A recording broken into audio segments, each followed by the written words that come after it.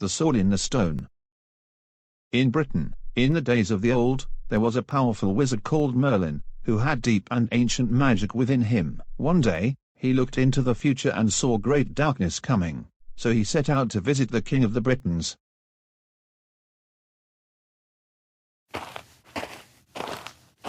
The king's name was the Pendragon, and he ruled the southern parts of Britain for the moment. The lands he ruled were at peace. But Merlin had dark tidings for the king. He found the Tintagel, an enchanted castle in Cornwall. There he told the surprised king, "Soon you will have a son destined for greatness. But, before 2 years have passed, you will die. If anyone knows of his existence, the child will be killed in the struggle for power after you're dead. The very hour the baby was born, deliver him to me, and never speak of him again. I will make sure he is safe until his time comes." Uther could not bear the thought that any child of his might come to harm, and so he agreed. On the night the baby was born, Merlin carried him away under the cover of darkness.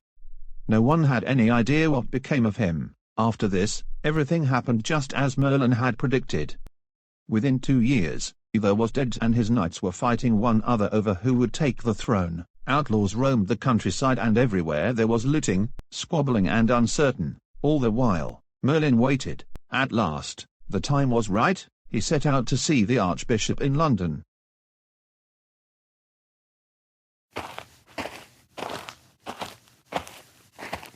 He told him if he called a great gathering of knights on Christmas Day, the true-born king of all Britain would be found. That Christmas Day, the cathedral was packed with knights. The service had just begun, when there was a tremendous thump outside the church. Everyone rushed outside. A giant slab of stone had appeared as if it had fallen from the sky. Jutting out of the stone was a long, gleaming silver sword. Inscribed on the stone itself were the words, "Whoever pulls the sword from this stone will be the rightful king of all Britain." The archbishop sent the knights inside. But when the service was over, they hurried back out to the churchyard. One by one, they heaved at the hilt, but the sword was stuck fast. "It seems the king of all Britain is not yet here," the archbishop declared. "but he will come in time. Let messengers be sent throughout Britain, telling of this mortal. All knights who wish to try the sword come to a grand tournament on New Year's Day, here in London." New Year's Day came, and the streets of London were thronging with knights on their way to the tournament.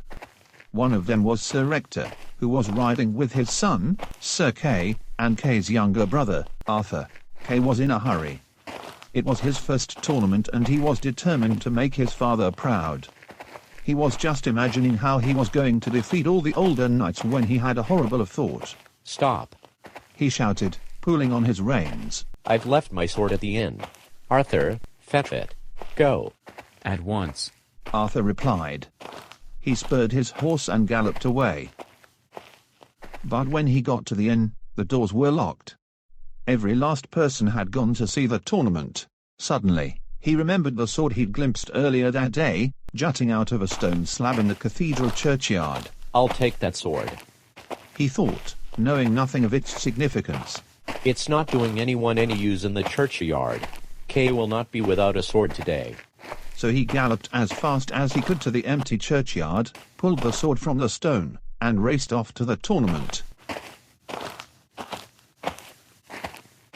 When he arrived, he weaved through the crowds until he found Kay, and presented him with the sword. "That's not mine," Kay said, and then his eyes widened as he recognized the sword. He had watched several knights try to pull it from the stone that very morning, while Arthur had been busy arranging lodgings. Kay seized the sword and rushed to find Sir Ector. "Father, look," he said excitedly. "What is it?" said Sir Ector. "I have the sword from the stone, Father. That must mean that I am the rightful king of all Britain." "Did you pull it out yourself?" Sir Ector asked, looking hard at his son. "Yes." Kay replied. "You swear that is the truth?" Arthur brought it to me," Kay confessed, his cheeks burning with shame. So Sir Ector called Arthur to him and made him explain exactly what had happened. When he heard Arthur's tale, he took Kay and Arthur straight to the churchyard. There, he thrust the sword back into the stone. He and Sir Kay tried to pull it out, but it was stuck fast as if it had been lodged there for 1,000 years. "Try it again," Sir Ector ordered Arthur. Arthur took hold of the hilt, and the blade slid out easily. Sir Ector bowed his head and knelt down before Arthur in the snow.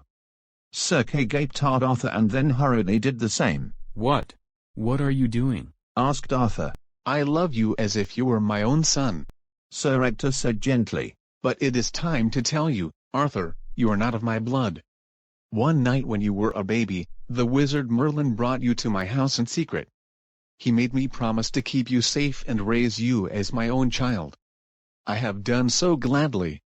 So, you are not my father? Arthur said, struggling to hold back his tears. Arthur, Sir Ector said quietly, whoever draws the sword is the rightful king of all Britain.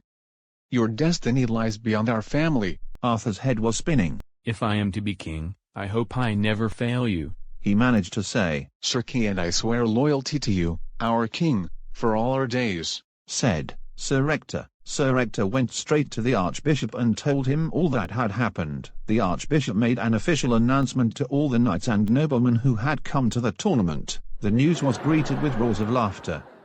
Nobody believed that a boy who was not yet even a knight could possibly be the true king. They would not let him try to prove it. If nobody else has been found, your boy can come back at Pentecost and try again, the Archbishop told Sir Ector. The sword was thrust back into the stone and word was sent for more barons, lords, knights, and kings to try hand before Pentecost.